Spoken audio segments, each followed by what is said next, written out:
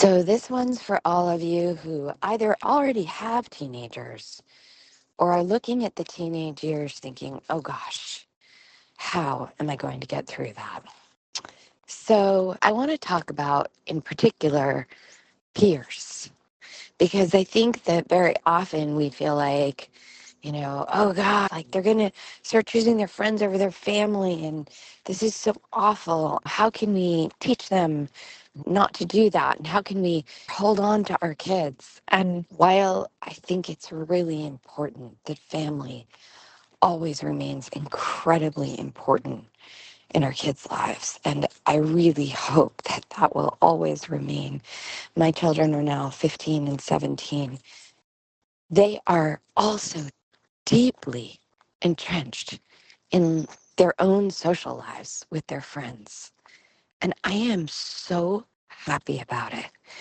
I feel like their friends are actually like partners in parenting my children in some ways.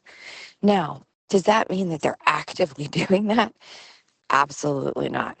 Are some of them making really poor choices sometimes? Absolutely, yes. But some of those poor choices teach my kids more than I could ever teach my kids. Because when I say it, it's coming from me. Yap, yap, yap, yap. When they watch their friend do it and suffer the consequence, it's like, hey, did you know that blah, blah, blah, blah, blah? Well, golly, interesting. Awesome. That sounds like a great lesson to learn. So here's the deal. Your kids' friends and all the great things they do and all the bad things they do can be very helpful for your child. Not to mention, they're not always going to be under our roof. Think about your own friends. Think about how much they've meant to you over the years. Did you ever have a friend help you when maybe you were going through a hard time? Maybe even help you get an apartment, help you find a job, right? Help you through a divorce. Friends are so incredibly valuable. Remember that. And in fact, some of the friends your kids make today might actually be around for decades. Now, I know when I say that, there are some of you thinking, oh God, please, no, you don't understand. You don't understand the friends that my kid is hanging out with. So I want to touch on that too for a moment. Sometimes we have children who wind up truly getting involved with a group of people that is just, from our outside point of view, absolutely not serving them. And it's true. Maybe this group of kids is getting your kid to suddenly quit all their interests and just play video games all day. Maybe now that your kid is hanging out with them, they've started drinking and doing drugs. Maybe they're involving your child in actual criminal activities. And now your child is doing things that could change the course of their life. So these things happen.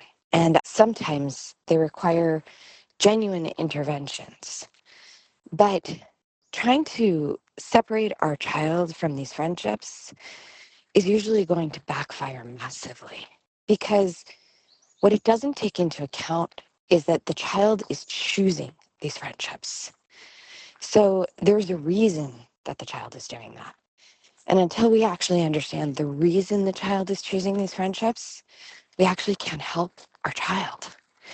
Just cutting off the friendships or putting yourself in opposition to these friends or trying to show why these friends are so bad, that just really doesn't work. What does work is maybe understanding, like, is my child no longer believing in themselves?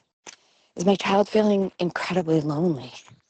Has my child been hurt by the world in some way or other? Has a beautiful mentor to them passed away?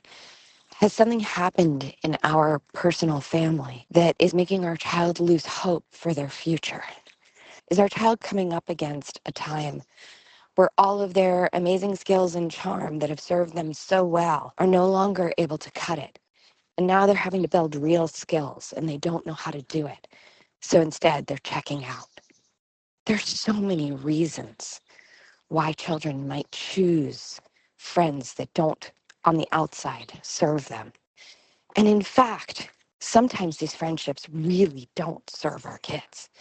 And we do need to get involved. But even if you find yourself in that situation, your best bet is to remember your child. Look at them. Who are they at this moment in time? What are they needing? And why are they choosing that path? And then see if you can help by creating other paths they would also choose that would actually be better for them. Not paths you would choose for them, but paths they will choose if you quietly lay them next to them. That's one of the best interventions for this kind of situation. And there's so much more to say about all this, of course. There's only so much I can give to you in these podcasts. So if any of you are truly concerned about where your kids are going, or you just want to know how to navigate friendships better, even if you love their friends, but you're just feeling really triggered by all of this concept of friendship and how it's playing out in your family and for your child, reach out to me. I'm here. I'm a real person taking a walk every morning, leaving messages for you, and working with real people all around the entire world.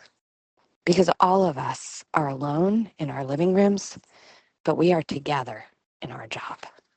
Sending love.